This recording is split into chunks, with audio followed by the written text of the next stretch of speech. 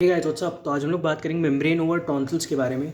तो सबसे पहली बात, टॉन्सिल्स होते क्या है, ठीक है ना। तो टॉन्सिल्स जो होते हैं इम्यूनोलॉजिकल फंक्शन जो प्रोवाइड करते हैं बच्चों को in children, and they are a collection और एग्रीगेट्स ऑफ लिम्फॉइड टिश्यू जो कि आपके फेरिंग्स में होते हैं, राइट।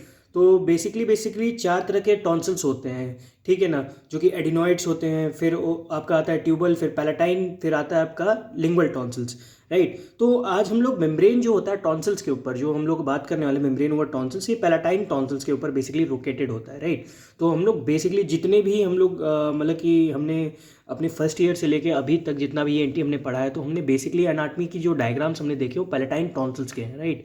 तो आज हम लोग वही देखने की थोड़ा सा कोशिश करेंगे कि क्या उसके ऊपर कुछ मेम्ब्रेन का डिपॉजिट हो जाता है।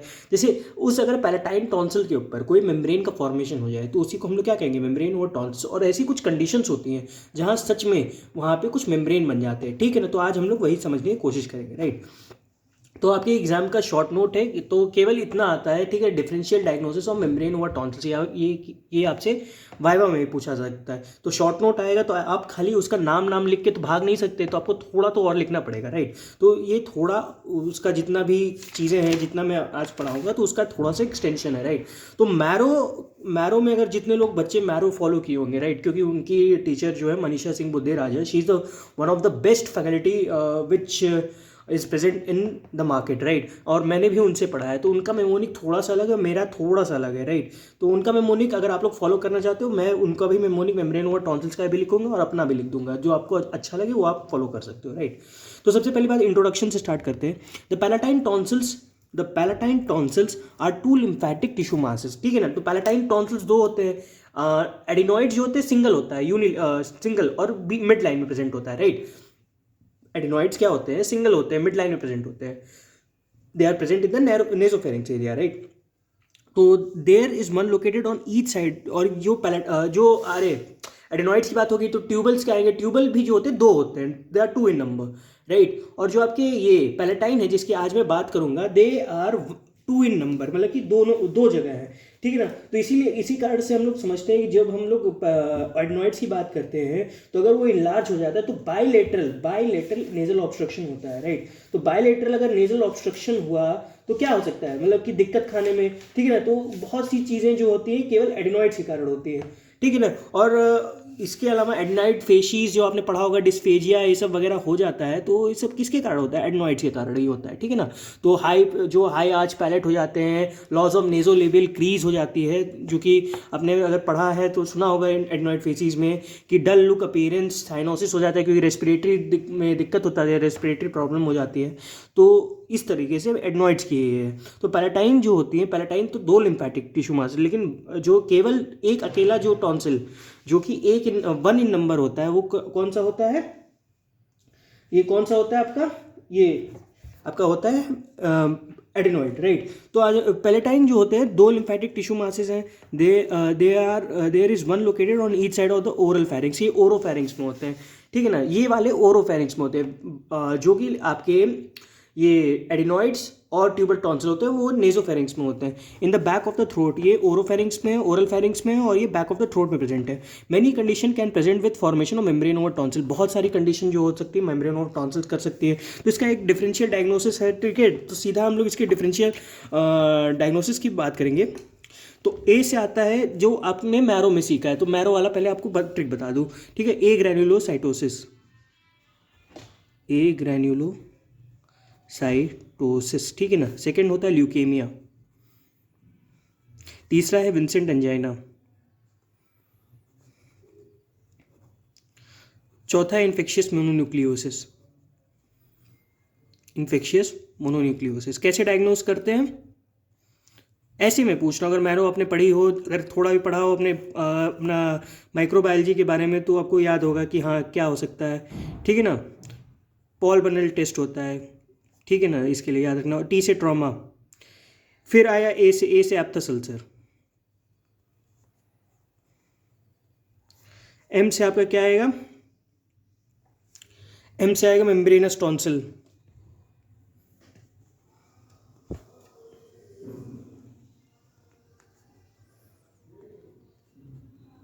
मेम्ब्रेनस टॉन्सिलाइटिस या मोनिलियासिस,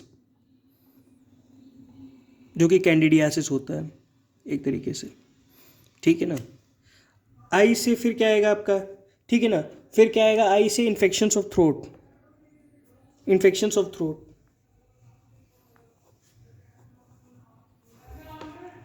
ठीक है ना। और एन से क्या आएगा नियोप्लेजिया, डी से क्या आएगा डिप्थीरिया, ठीक है ना। तो ये बेसिकली कुछ बात हो गई कि हाँ इसके डिफरेंशियल डायग्नोसिस क्या है जो कि आपके मैरो में दिया है। तो मैं बेसिकली मोनिलियासिस को लेके बहुत ज़्यादा कंफ्यूज अभी भी, जैसे आपने देखा होगा कि मोनिलियासिस को लेके मैं कंफ्यूज था थोड़ा सा, ठीक है ना। तो इसीलिए मैंने थोड़ा सा चेंज किया इस चीज़ को कि मेरे हिसाब से कि ये ज़्यादा बेटर कि MALA is deficient in vitamin D और सी, ये मेमोनिक ज़्यादा बेटर है because membranous tonsillitis, granulocytosis, leukaemia, aphthous ulcer, क्योंकि एम से ज़्यादातर बच्चों को जो है मोनिलियासिस नहीं याद रहता है, ठीक है, उनको कैंडिडियासिस सुना है, moniliasis is not so common, right, सुनने में मैं कह रहा हूँ, ठीक है ना। तो उसका दूसरा ही नाम है लेकिन candidiasis is a much better term. तो ये मैं बार बार कंफ्यूज होता था, तो इसलिए मैंने इस ट्रिक का इस्तेमाल किया है, ठीक है। तो नेक्स्ट बात करते हैं मेम्ब्रेनस टॉन्सिलाइटिस के बारे में, राइट। तो मेम्ब्रेनस टॉन्सिलाइटिस जो है, क्योंकि देखो टॉन्सिलाइटिस है, ऑब्वियसली आइटिस है, इन्फ्लेमेशन है, तो क्या होगा पायोजेनिक ऑर्गेनिज्म के कारण होगा, ठीक है ना, पायोजेनिक ऑर्गेनिज्म तो स्ट्रेप्टोकोकस होगा बेसिकली। तो exudative membrane is formed over the medial surface of tonsil along with, ठीक है ना, along with features of acute tonsillitis, ये फीचर्स ऑफ एक्यूट टॉन्सिलाइटिस के साथ प्रेजेंट करेगा, ठीक है ना, मेम्ब्रेनस टॉन्सिलाइटिस। और क्या होगा कि medial surface of the tonsil, obviously, ठीक है ना, जैसे अगर ये मैं टॉन्सिल बनाऊँ तो ये मीडियल ही सरफेस है, यहाँ पे ही प्रेजेंट करेगा, ठीक है ना, जो भी इसका लेयर होगा, मेम्ब्रेन जो भी होगा इधर ही तो प्रेजेंट करेगा मीडियल साइड में, ठीक है ना। तो अगर कुछ भी मतलब पायोजेनिक ऑर्गेनिज्म के कारण से अगर ये होता है तो कहाँ मेम्ब्रेन, एक्सुडेटिव मेम्ब्रेन कहाँ बनाएगा, इसी साइड, मीडियल साइड ही बनाएगा, राइट। तो ये मीडियल साइड ही अपना ये मेम्ब्रेन बना लिया, राइट। तो क्या होता है कि इसका जो सबसे मोस्ट कॉमन होता है ऑर्गेनिज्म क्या होता है एक्यूट टॉन्सिलाइटिस का, बीटा हिमोलिटिक स्ट्रेप्टोकोकाई होता है, राइट, बीटा हिमोलाइटिक स्ट्रेप्टोकोकाई, ठीक है, ये याद रखना, ठीक है ना। पायोजेनिक ऑर्गेनिज्म के कारण एक्सुडेटिव मेम्ब्रेन कहाँ हुआ, medial surface of tonsil along with features of acute tonsillitis. Diphtheria की बात करते हैं। डिप्थीरिया जो होता है ये स्लोअर इन ऑनसेट होता है, सबसे पहली बात ये बहुत धीरे धीरे होता है, ठीक है ना। और लेस लोकल डिस्कम्फर्ट, ये लेस बहुत ही कम लोकल डिस्कम्फर्ट इसका बहुत ही कम है, स्लोअर है क्योंकि क्रॉनिक होगा। तो एक तरीके से मान लो कि membrane x tends beyond the tonsils, के मेम्ब्रेन्स जो होते हैं ये बियॉन्ड द टॉन्सिल जाते हैं, ठीक है, to the soft palate and is dirty grey in colour, यहाँ डर्टी ग्रे इन कलर, ठीक है ना। ये पढ़ा होगा आपने अगर अपने उसका फॉलो किया होगा अपनी माइक्रोबायोलॉजी, तो डर्टी ग्रे कलर का आपने अपीयरेंस सुना होगा कि हाँ डर्टी ग्रे कलर का अपीयरेंस वहाँ पे बहुत ही कैरेक्टरिस्टिक फीचर है डिप्थीरिया का आपके, ठीक है ना। तो ये इसका जो मेम्ब्रेन होता है एक्सटेंड बियॉन्ड द टॉन्सिल होता है और डर्टी ग्रे कलर का होता है, टू गेट ये स्टॉप कलर तक ये भी जा सकता है, ठीक। अडरेंट, ये अडरेंट होता है, removal leaves a bleeding surface, अगर इसको निकालोगे तो ये ब्लीडिंग सरफेस देगा। यूरिन में एल्ब्यूमिन दिखेगा। Smear and culture of throat swab corynebacterium diphtheriae, smear और कल्चर ऑफ थ्रोट स्वैप करोगे तो क्या दिखेगा, कॉर्नी बैक्टीरियम डिप्थीरी। और इसमें क्या होता है, ये बेसिकली ये जो बच्चा होता है, ये जो बच्चा होता है ये अनइम्यूनाइज्ड रहता है, अनइम्यूनाइज्ड अनइम्यूनाइज्ड बच्चा रहेगा। और यहाँ पे बुलनेक अपीयरेंस होगी। लेसिथीन का बेसिकली शायद से डिपोजिशन होता है, ये देख लेना एक बार, लेक्थिनेस था क्या, कुछ ऐसा करके था, ठीक है ना, एक बार देख लेना, राइट। और ब्लीडिंग जो कि रिमूवल पे, और टॉक्सिक और डल अपीयरेंस रहेगा।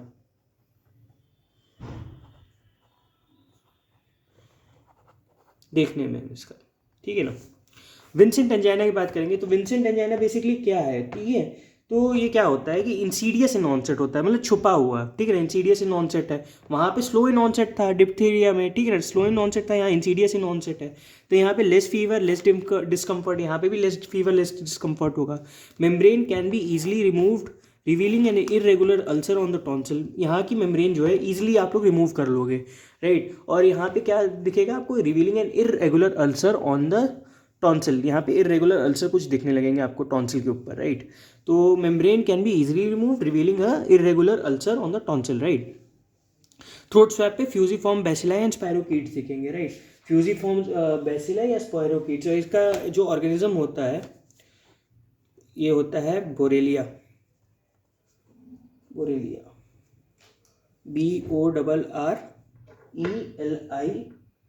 राइट। और ये विंसेंटाई है, विंसेंट अंजाना है, विंसेंटाई, राइट। तो ये इसका आपको देखने को मिलेगा कि हाँ ये है बोरेलिया विंसेंटाई के कारण से, राइट। तो ये थ्रोट स्वैब में ये दिखेगा, ठीक है। लेस फीवर, लेस सिम्पटम और membrane can be easily removed, right. तो यहाँ लेकिन जो आपका डिप्थीरिया में था वहाँ का मेम्ब्रेन एडेरेंट था और ब्लीड करता था। इन्फेक्शियस मोनोन्यूक्लियोसिस की बात करेंगे, both tonsils are very much enlarged, ठीक है। दोनों टॉन्सिल्स है वो बहुत बड़े हो चुके हैं अभी, कंजेस्टेड है एंड कवर्ड विद मेम्ब्रेन, ठीक है ना। ये कंजेस्टेड है और कवर्ड विद मेम्ब्रेन है। तो मार्क्ड लोकल डिस्कम्फर्ट होगा क्योंकि यहाँ पे बहुत ज़्यादा इनलार्जमेंट हो गई टॉन्सिल की, ठीक है ना। कंजेशन भी बहुत ज़्यादा हो गई और ये कवर हो गया किससे, मेम्ब्रेन के कारण से कवर हो, ठीक है ना। और ये लोकल डिस्कम्फर्ट क्रॉस करेगा, ठीक है। ऑब्वियसली अगर इतना इलाज कर गया, कंजेस्टेड हो गया, कवर्ड विद मेम्ब्रेन हो गया, तो लोकल डिस्कम्फर्ट करेगा ना। तो इलाज लिम्फ नोड्स होंगे in the posterior triangle of neck. तो पोस्टीरियर ट्रायंगल ऑफ नेक पे क्या देखोगे कि कुछ इलाज लिम्फ नोड्स देखोगे आप, अलॉन्ग विथ स्प्लीनोमेगैली। यहाँ पे स्प्लीनोमेगैली बहुत ही कैरेक्टरिस्टिक फीचर है इन्फेक्शियस मोनोन्यूक्लियोसिस का। ये किसके कारण होता है, आपका एप्स्टीन बार वायरस के कारण होता है। जो infectious nucleosis it is caused by Epstein Barr virus, right, ठीक है ना। तो लार्ज लिम्फ नोड देखोगे posterior triangle along with splenomegaly. Atypical cells in blood smear देखोगे, पॉल बनेल टेस्ट मैंने बताया, high titre of heterophilic antibody देखोगे, doesn't response to antibiotic. ये एंटीबायोटिक को रिस्पॉन्ड नहीं करेगा क्योंकि वायरस से होता है, that is Epstein Barr virus, right. तो यहाँ पे एटिपिकल सेल्स दिखते हैं। तो एक अपना एटिपिकल सेल्स में कुछ एटिपिकल सेल आपने अगर सुने होंगे ऑल आई अपीयरेंस वाले कुछ करके, ठीक है ना। तो ये यहाँ पे वो नहीं है आई गेस, ठीक है। आउल आई अपीयरेंस करके आपने अगर पढ़ा होगा, अगर सुना होगा कि हाँ आउल आई अपीयरेंस EBV के कारण होता है, तो होता है, ठीक है ना। तो वो देख लेना एक बार कि कहाँ होता है आउल आई अपीयरेंस, जो पैथोलॉजी वाले पर्सपेक्टिव है, ठीक है ना। इसका थोड़ा सा देख लेना, इन्फेक्शियस मोनोन्यूक्लियोसिस, ठीक है ना। बहुत सी चीज़ें होती हैं आई गेस की शायद से सही बोल रहा हूँ, बट देख लेना एक बार यार, हो सकता है मैं गलत बोल रहा हूँ, लेकिन देख लेना कि आउल आई अपीयरेंस कहाँ पे है, ठीक है ना। EBV में है आई गेस की कुछ और है वहाँ पे, ठीक है ना। एक बार देख लेना इस चीज़ को। लेकिन अगर आपका ENT पर्सपेक्टिव से खाली इतना इंपॉर्टेंट है, राइट, इतना लिख के आ जाओगे काफ़ी है। एग्रैनुलोसाइटोसिस क्या है कि ग्रैनुलोसाइटोसिस मतलब क्या होता है, WBCs की फॉर्मेशन अगर वो A हो जाए, मतलब बंद हो जाए, तो दिक्कत हो जाएगी। तो ulcerative necrotic lesions in the oropharynx हो जाएंगे, ठीक है ना। नेक्रोटिक लीजन्स हो जाएंगे क्योंकि अब तो साफ करने वाला कोई है ही नहीं, अल्सरेटिव हो जाएगा वो, ठीक है। अल्सरेट करने लगे, अल्सरेट नेक्रोटिक लीजन इन ओरोफैरिंक्स हो जाएंगे। सीवियरली इल हो जाएगा बंदा, और TLC DLC मतलब कि बढ़ जाएगी, मतलब कि कम हो जाएगी, राइट। तो सीवियरली इल होगा क्योंकि ये दोनों कम हो जाएगी ना, ऑब्वियसली ये दोनों कम होगी। तो अल्सरेटिव नेक्रोटिक रीजन इन ओरोफैरिंक्स और सीवियरली इल पेशेंट। ल्यूकेमिया, ठीक, TLC मतलब कि दोनों कंडीशन हो गई, ग्रैनुलोसाइटोसिस और ल्यूकेमिया कैसे भी ये प्रेजेंट कर सकता है ये बंदा। TLC बढ़ जाएगी, एनीमिया हो जाएगा, ब्लास्ट सेल्स। क्योंकि एनीमिया क्यों होता है ल्यूकेमिया में, क्योंकि WBCs जो है ज़्यादा हो जाती हैं, तो उसके कारण से जो RBCs का है वो कम हो जाता है थोड़ा, ठीक है ना, क्योंकि ब्लड में उतनी ही रहने है ना। Blast cell on bone marrow examination, blast cell देखने को मिलेगी बोन मैरो एग्जामिनेशन, क्योंकि बोन मैरो की क्षमता एक बराबर होती है ना। तो ज़्यादा WBC करोगे तो RBC अपने ऑटोमेटिकली अपने काम अब कम हो जाएगी, राइट। तो TLC हो जाएगा, एनीमिया हो जाएगा, और TLC बढ़ जाएगा, ठीक है, एनीमिया हो जाएगा, ब्लास्ट सेल मतलब कि आ जाएंगे बोन मैरो एग्जामिनेशन पे। एप्थस अल्सर, पेनलेस अल्सर्स होते हैं कुछ माउथ पे, तो benign and non contagious ulcer in oral cavity और ओरल फेलिंग्स, और वेरी पेनफुल होते हैं, बहुत ज़्यादा पेनफुल होते हैं, right. Benign non contagious ulcer और वेरी पेनफुल, ठीक है ना। नॉन कंटेजियस अल्सर होते हैं मतलब फैलते नहीं हैं और बहुत ही ज़्यादा पेनफुल होते हैं, right. Benign non contagious ulcer in oral cavity and it is very painful, right. Malignancy tonsil क्या होता है कि स्क्वामस सेल कार्सिनोमा कारण, जहाँ भी फेरिंग्स में अगर आप लोग कहीं भी देखो, ENT में बहुत सारी जगह पे आपको अगर देखने को मिलेगा तो squamous cell carcinoma, except in the cases of upper lip, जहाँ की आपको मिलेगा बेसल सेल कार्सिनोमा, और आपका नेजोफेरिंग्स में, अरे नाक के टिप पे नेजोफेरिंग्स में नहीं, नाक के टिप पे भी बेसल सेल कार्सिनोमा बहुत ही कॉमन होता है, राइट। तो मैलिग्नेंसी टॉन्सिल क्या होता है, किसके कारण से होता है, स्क्वामस सेल कार्सिनोमा। तो सोर थ्रोट यहाँ पे फीचर होगा, ठीक है ना, और ओटैल्जिया होगा, ईयर एक, राइट, डिस्फेजिया होगा, presence of lump in throat होगा, ठीक है ना। तो ये सब चीज़ें मैलिग्नेंसी टॉन्सिल में आएंगी, sore throat, otalgia, dysphagia, presence of lump in throat, ये सब आपका कहाँ देखने को मिलेगा, मैलिग्नेंसी टॉन्सिल में। Sore throat, otalgia, dysphagia, presence of lump in throat, right. Traumatic ulcer क्या होता है? ट्रोमेटिक अल्सर क्या होगा यहाँ पे? इंजरी टू ओरोफेरिंक्स, ओरोफेरिंक्स में कोई इंजरी हो गई, heels bye formation of membrane. ये कैसे हील करेगा? Formation of membrane. Toothbrush, pencil, finger से, मतलब कि कैसे भी आप लोग मान लो कि अभी ये पेन है, ये पेन मैं अपने अगर टॉन्सिल पे जाके ऐसे, मैं तो कभी ख़त्म हो चुके होंगे बिकॉज मैं एडल्ट बन चुका, लेकिन बच्चे अगर जाएंगे वहाँ पे ऐसे ऐसे कुछ उसके साथ छेड़खानी करेंगे टॉन्सिल से, तो वहाँ पे मेम्ब्रेन, ट्रोमेटिक के कारण मेम्ब्रेन बनने का चांसेस हो जाएंगे, ठीक है ना। तो मेम्ब्रेन अपीयरेंस इन 24 आवर, वो 24 आवर्स के अंदर आ जाएगा। तो candidal infection of tonsil, antibiotic and steroid आप लोग दे सकते हो, राइट। डायग्नोसिस क्या है? डायग्नोसिस कैसे बनाओगे आप लोग? हिस्ट्री लोगे कि हाँ भैया कोई ट्रॉमा की हिस्ट्री, ठीक है ना, क्या कुछ दिक्कत परिवार में, किसको दिक्कत, फिजिकल एग्जामिनेशन करोगे, टीएलसी डीएलसी लगाओगे, कोई ग्रेन्युलोसाइटोसिस, ल्यूकीमिया, न्यूट्रोपीनिया, ये सब के कारण, इन्फेक्शस मोनोन्यूक्लियोसिस में के कारण से कुछ ऐसा दिक्कत आ रहा हो। ब्लड स्मीयर लोगे कि ब्लड स्मीयर में क्या आ रहा है, उसके कारण से कोई दिक्कत।